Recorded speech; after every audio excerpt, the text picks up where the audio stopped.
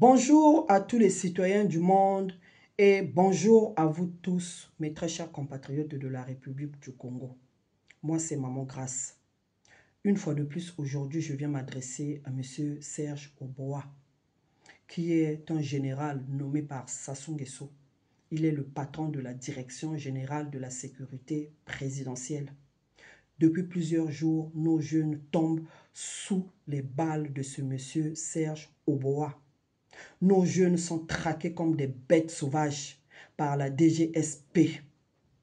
Nos mamans des familles pleurent dans le silence les enfants innocents abattus sous leurs yeux par la DGSP. Monsieur Serge Oboa, toi qui prétends agir pour la sécurité et la paix dans notre pays, comment pouvez-vous tuer des jeunes à bout portant? Parce que Sassou Nguesso aime se vanter être l'homme de paix, l'homme des actions concrètes. Votre constitution de 2015 avait aboli la peine de mort, à ce que je sache.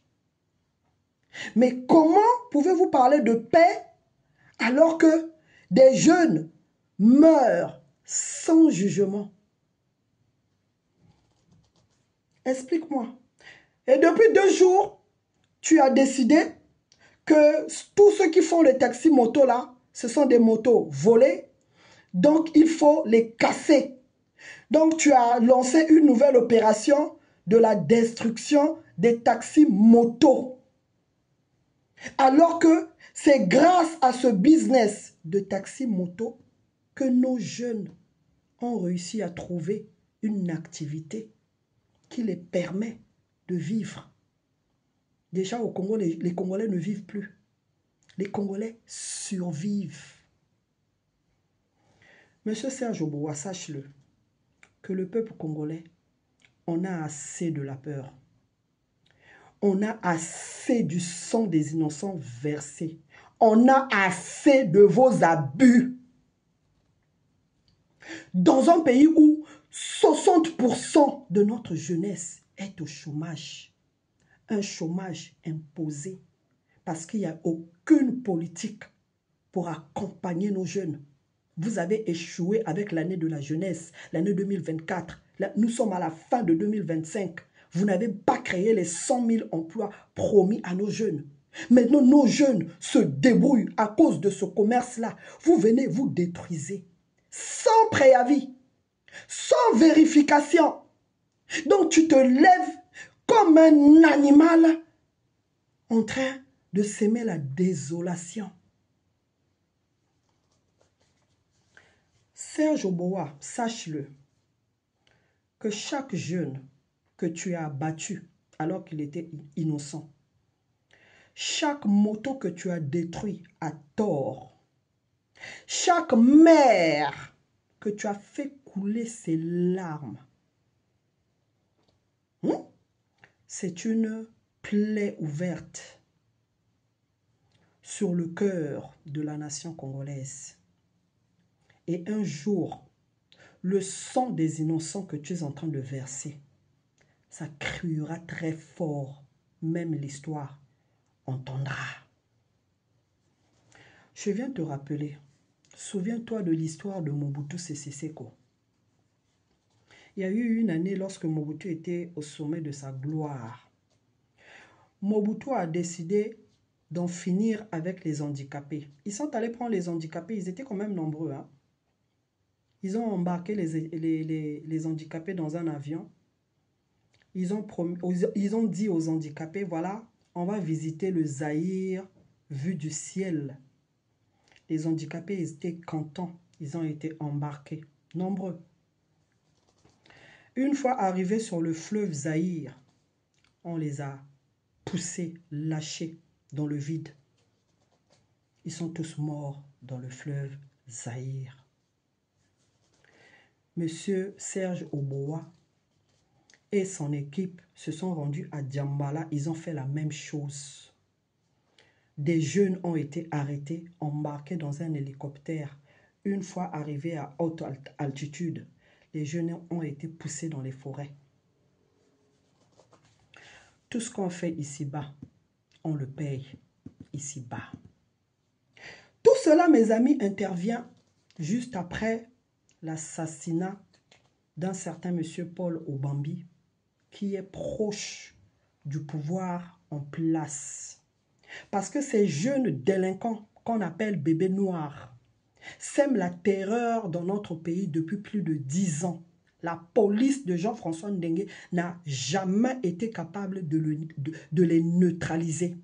Aujourd'hui, ils se lèvent tous parce que ces bébés noirs se retournent maintenant contre eux et ont assassiné un proche d'eux. C'est pour ça. Mais contrairement à toi, Monsieur Serge Oboa, le général King Obami et tout le patron de la police que moi j'ai critiqué au début de cette crise, lui, il a refusé de se souiller les mains du sang des Congolais. Il a décidé d'agir en officier formé à Saint-Cyr. Il a décidé de mener des enquêtes. Nous sommes un petit pays de 6 millions d'habitants. Lorsque tu mènes une véritable enquête, facilement, tu tombes sur les coupables.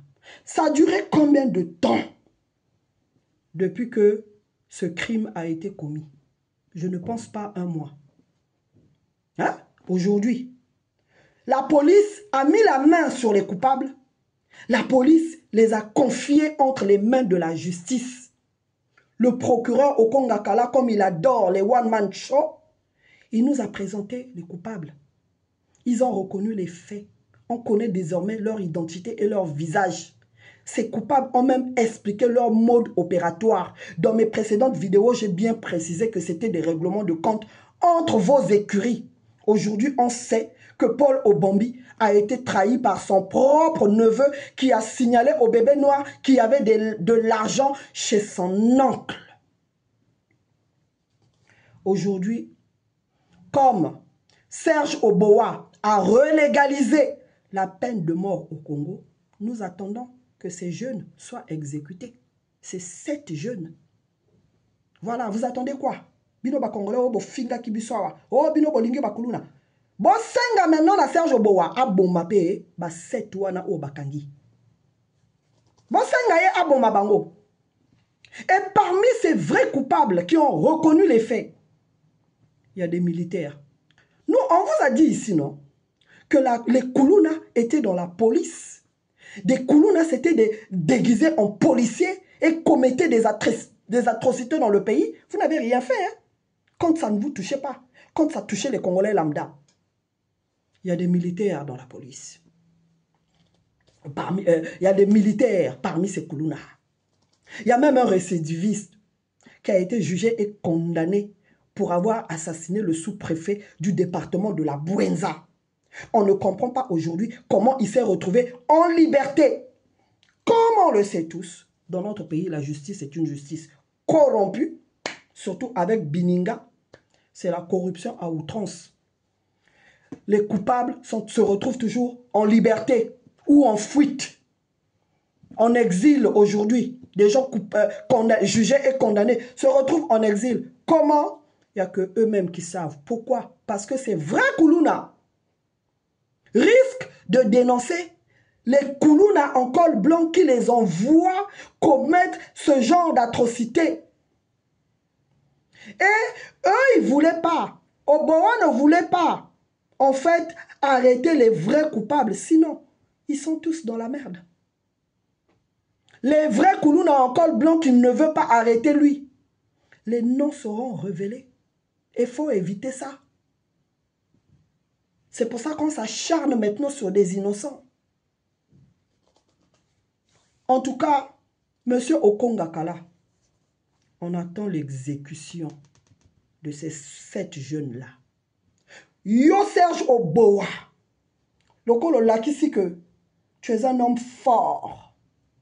Il faut exécuter ces 7 jeunes-là. Sinon, t'es aux alsoumo balité.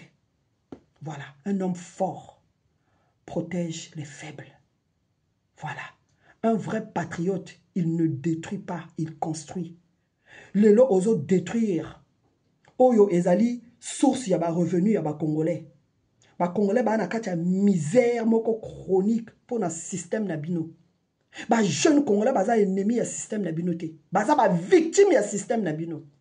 Mboka wana bozo favoriser ba étranger. Boko sala que biso ba Congolais tozo comme xénophobe. Parce que ba étranger bazo ya na mboka wana, ba futaka douane te, ba futaka ba importer. Mbongo nyonso bazo amasser na mboka na biso, bazo ke ne ko investir na ba mboka na bango. Maintenant ce que Congolais a telemi asali moi activité na ye. Bokomi ko traquer ye. Il y a une dame qui a révélé petit restaurant na ye, mi colonio surtout ba taxe.